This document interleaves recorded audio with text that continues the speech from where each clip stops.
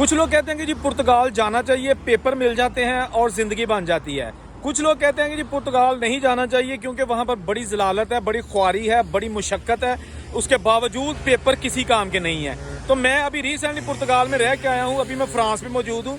तो पुर्तगाल को जो मैंने आंखों से देखा है या वहाँ पर रह के मैंने वक्त गुजारा है, उस तजर्बे की बुनियाद पर आपके साथ मैं ये मुकम्मल एक बैलेंस वीडियो बनाता हूँ ताकि पुर्तगाल के नुकसानात, पुर्तगाल के फ़ायदे, पुर्तगाल में अगर मुश्किलात हैं तो वो किस किस्म की मुश्किलात हैं, ख़ास तौर पर जो नए लोग आने वाले हैं, खा वो पाकिस्तान से पुर्तगाल आ रहे हैं या वो बांग्लादेश, नेपाल, इंडिया या फिर सऊदीया, मस्कत और जो दूसरी रियासतें हैं, दुबई, वहाँ से आ रहे हैं, उनके लिए कितनी मुश्किलात हैं या उनके लिए क्या करना चाहिए उनको यहाँ आने से पहले। इसके साथ साथ जो यूरोपीय मुल्कों से लोग जो ऑलरेडी यूरोप में मौजूद हैं वो भी पुर्तगाल जा रहे हैं, तो उनके जाने का मकसद क्या है, वो क्यों जा रहे हैं। तो ये सारी चीज़ें हैं। मैं सिर्फ इसमें नुकसानात या मुश्किलात नहीं बताऊँगा, इसमें अच्छी चीज़ें भी बताऊँगा कि आपको क्या फ़ायदे हो सकते हैं। इसलिए अगर आप वीडियो के साथ जुड़े रहेंगे तो मेरा ख्याल है आपको सारा कॉन्सेप्ट क्लियर हो जाएगा कि पुर्तगाल जो यूरोप का एक थोड़ा सा गरीब मुल्क है, वहाँ का असल में पेपर कितना काम का है और वहाँ पे प्रॉब्लम्स क्या हैं। वीडियो शुरू करते हैं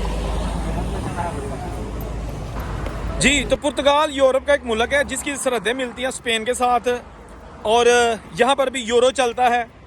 यहाँ की जो बेसिक सैलरी हुकूमत ने डिक्लेयर की हुई है वो पहले 820 थी, अब 950 यूरो महीने की सैलरी, मिनिमम सैलरी जो है ना वो है।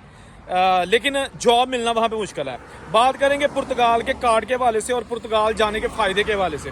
देखें, पुर्तगाल यूरोप का वो मुल्क है जिसमें कार्ड जल्दी मिल जाता है, पेपर जल्दी मिल जाते हैं, आप अपने मुल्कों में आ जा सकते हैं। ठीक है जी। ये पहला कार्ड अगर आपको मिलता है तो वो 2 साल के लिए होता है। लेकिन उससे पहले आपको क्या करना है, उससे पहले आपने पुर्तगाल जाकर फाइल ला करवानी है, यानी कि इमिग्रेशन ऑफिस में फाइल जमा करानी है। खा आप लीगल तरीके से आए हैं या इलीगल तरीके से आए हैं, बस पुर्तगाल में विजिट वीज़े पे आए हैं, स्टूडेंट वीज़े पे आए हैं, जैसे भी आपने फाइल लॉक करवा दी, उसके बाद फिर आपने जॉब तलाश करनी है। वहाँ पे जॉब तलाश करके उसके बाद अगर जॉब मिलती है आपको, तो आपने फिर जो जॉब वाला होगा ना बंदा, आपका जो मालिक है, वो आपका टैक्स देना शुरू कर देगा 280 यूरो एक महीने के। ठीक है, वो खुद ही देगा। जो टैक्स वाला बंदा है ना, जो आपका मालिक होगा जॉब देने वाला, वो इमिग्रेशन ऑफिस में वो देता रहेगा, टैक्स डिपार्टमेंट में। ठीक हो गया जनाब। आपने कम से कम वहाँ पे 12 टैक्सेस देने हैं और टोटल आपको वहाँ पे तकरीबन 18 महीने, 1.5 साल होना चाहिए पुर्तगाल की सरजमीन पे। फिर आपको वहाँ की जो इमिग्रेशन की जो का इदारा है, आइमा उसको कहते हैं, वो आपको बुलाएगा फिंगरप्रिंट्स के लिए। लेकिन यहाँ मैं एक चीज़ ये क्लियर कर दूँ कि कुछ लोग 6 मुसलसल टैक्स देते हैं लीगल एंट्री के साथ, और उसके बाद वकील करके वो 6 टैक्सेस के बाद भी अपने फिंगरप्रिंट्स के लिए डेट बुलवा लेते हैं और उनको जल्दी कार्ड मिल जाता है। ऐसे केसेस भी सामने आए हैं। तो इस तरह जो है ना, वो आपने वहाँ पे पहला कार्ड लेना है 1.5 साल के बाद, फिंगरप्रिंट्स देने के बाद। तो जब आपको कार्ड मिल जाएगा तो वो 2 साल के लिए होगा, यानी 2 साल के बाद आपको दूसरा कार्ड लेना है। लेकिन इन 2 सालों में आपने दोबारा वहाँ पे काम करना है, दोबारा टैक्सेस देने हैं, और आपने दूसरे कार्ड तक ये काम प्रोसेस जो पहले कार्ड के लिए किया था दूसरे कार्ड के लिए भी जारी रहेगा। जब 2 साल आपको कार्ड पे मुकम्मल हो जाएंगे, याद रहे कि इस कार्ड पहले कार्ड के पे मिलने के बाद आप जो है ना पाकिस्तान आ जा सकेंगे। जब दूसरा कार्ड आपको मिलता है वो 3 साल के लिए होगा। वो जब ख़त्म होगा तो टोटल आपको 5 साल हो जाएंगे कार्ड लिए हुए, फिर आप पासपोर्ट के लिए अप्लाई करने के अहल हैं। ये तो हो गया इसका सिंपल तरीका। लेकिन वहाँ पे ये है कि आप पुर्तगाल का पासपोर्ट उसके बाद अप्लाई करते हैं, जो कि 180 मुल्कों में बगैर वीज़ा के आप जा सकते हैं, वीज़ा फ्री एंट्री है। जो कार्ड है वो पूरे यूरोप में आप फिर सकते हैं, पाकिस्तान अपने मुल्कों में आ जा सकते हैं। पहले कार्ड पे आप जो ना अपने मुल्कों में आ जा सकते हैं। और बहुत सारे ऐसे लोग हैं जो यूरोप में ऑलरेडी काम कर रहे हैं लेकिन वो अपने मुल्कों में नहीं जा सकते, उनके पास पेपर नहीं है, वो पुर्तगाल का कार्ड ले लेते हैं। तो जब उन्होंने पाकिस्तान जाना होता है, यूरोप, इटली, फ्रांस वगैरह जहाँ भी होते हैं, वो पुर्तगाल जाते हैं, वहाँ से जहाज़ पकड़ते हैं पाकिस्तान, फिर उसी कार्ड पे पाकिस्तान से पुर्तगाल और फिर अपने मुल्कों में चले जाते हैं। अब बात करेंगे वो लोग जो ऑलरेडी यूरोप में रह रहे हैं, वो पुर्तगाल का कार्ड कैसे लेते हैं। उनमें अक्सरियत वो है कि जो पुर्तगाल में काम नहीं करती, क्योंकि पुर्तगाल में जॉब नहीं है। वो इटली, फ्रांस, जर्मनी वगैरह जहाँ भी वो काम कर रहे हैं, वो आप ऑलरेडी काम कर रहे हैं, वो वहाँ बैठ के एक एजेंट के ज़रिए जो है ना फाइल ला करवा लेते हैं। उसके बाद एजेंट के ज़रिए ही वो हर महीने टैक्स जो है 300 यूरो वो पे करते रहते हैं। एजेंट उनका टैक्स पे करता रहता है और फर्जी तौर पर किसी मालिक से वो कॉन्ट्रैक्ट खरीद लेते हैं, जिसको कॉन्ट्रा कहते हैं। कॉन्ट्रैक्ट खरीद लेते हैं, यानी कि वो ये शो करते हैं कि हम पुर्तगाल में मौजूद हैं और इस बंदे के पास, जिसने उसको अपना मुलाजम शो किया होता है, पैसे लेके 1000 यूरो, 1200 यूरो, 800 यूरो, जहाँ भी वो लगी फबी, ठीक है, तो वो शो करता है कि ये मेरा मुलाजम है, लेकिन वो होता नहीं है, ये 2 नंबरी है।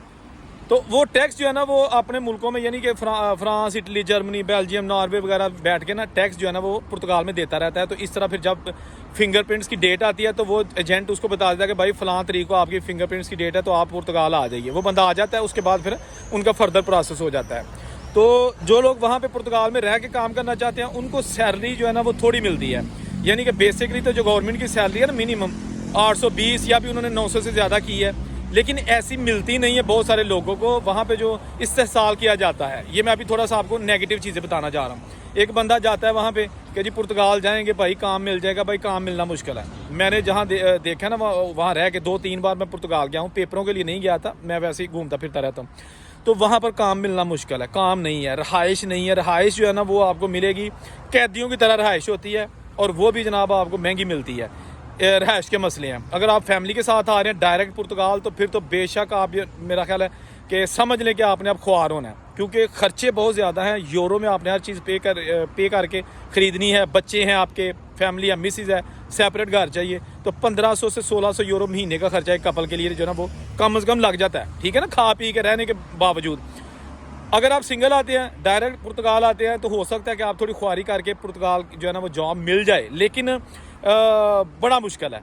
अगर आपको जॉब मिल भी जाती है तो आपको इतनी पैसे नहीं होते कि आप सेविंग कर सकें। बचत पुर्तगाल में रह के नहीं होती, आप घर वालों को पैसे नहीं भेज सकते। और ये पहला कार्ड जब मिलता है, ठीक है ना, उसके बाद आप पाकिस्तान तो आ गए, अपनी बेगम को भी ला सकते हैं, लेकिन बेगम को लाना इतना आसान नहीं है। आपने पहले ये इमिग्रेशन को शो करना है कि मेरे पास महीने की इतनी सैलरी है, मेरी आमदन इतनी है कि मैं अपने बच्चों को जो यहाँ पे पाल सकता हूँ। उसका सबूत देना है कि कितने पैसे आप महीने के कमाते हैं। तो उसके बाद फिर जो है ना वो ये प्रोसेस शुरू होता है। तो आपको जो है ना वो दूसरा पहला कार्ड मिल गया, उसके बाद आपने पुर्तगाल ही रहना है, क्योंकि आप पुर्तगाल में रह के काम कर रहे हैं। तो उसके बाद आप अगर पहला कार्ड मिल जाता है तो यूरोप के दूसरे मुल्कों में लीगल तरीके से काम फिर भी नहीं कर सकते, ठीक है।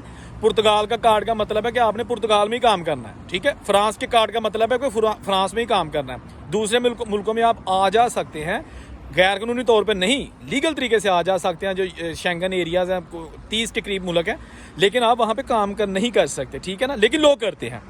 अच्छा, अब आगे बात जनाब, दूसरा कार्ड भी ले लिया, उसके बाद पासपोर्ट। देखिए पासपोर्ट जब मिलता है तो उसकी बड़ी वैल्यू है, ठीक है, लेकिन उस वक्त तक ये पुर्तगाल बंदे को ज़हनी मरीज़ बना देता है, ठीक है। इसके फ़ायदे ये हैं कि आपको दूसरे यूरोप के मुल्कों की निस्बत जल्दी पासपोर्ट मिल जाता है। बाकी तो बड़े बड़े लंबे प्रोसेस है और मुश्किल प्रोसेस है। पुर्तगाल में अहलियत ही कोई नहीं है, बस आप पुर्तगाल में रह रहे हैं, काम कर रहे हैं, तो यही आपका क्राइटेरिया है, यही आपकी अहलियत है। इसी की बुनियाद पर वो आपको जो है ना वो लीगल कर देते हैं, ठीक है जी। तो पुर्तगाल के फ़ायदे में हैं, नुकसान हैं। जिस तरह छुरी का फ़ायदा भी है, नुकसान भी है। छुरी से किसी को मार भी सकते हैं, छुरी से आप कुर्बानी करते हैं तो उसका स्वाब मिलता है। यानी कि हर चीज़ का फ़ायदा और नुकसान है। पुर्तगाल बहुत अच्छा मुल्क है, खूबसूरत मुल्क है, लोगों की ज़िंदगी बदल रहा है, इसमें कोई शक नहीं। लेकिन उनकी कि जिन्होंने ये वहाँ पे जो है ना वो मुसीबत काट ली, ख्वारी बर्दाश्त कर ली, फिर उनको कम से कम जो है ना वो एक रास्ता मिल जाता है। जहाँ रहें खुश रहें। वीडियो अच्छी लगे तो ज़रूर सब्सक्राइब करें चैनल को, और वीडियो को भी लाइक करें। कमेंट करके बताइएगा, मैं आपके सवालात का जवाब भी दूंगा। जहाँ रहें खुश रहें। अल्लाह हाफिज़।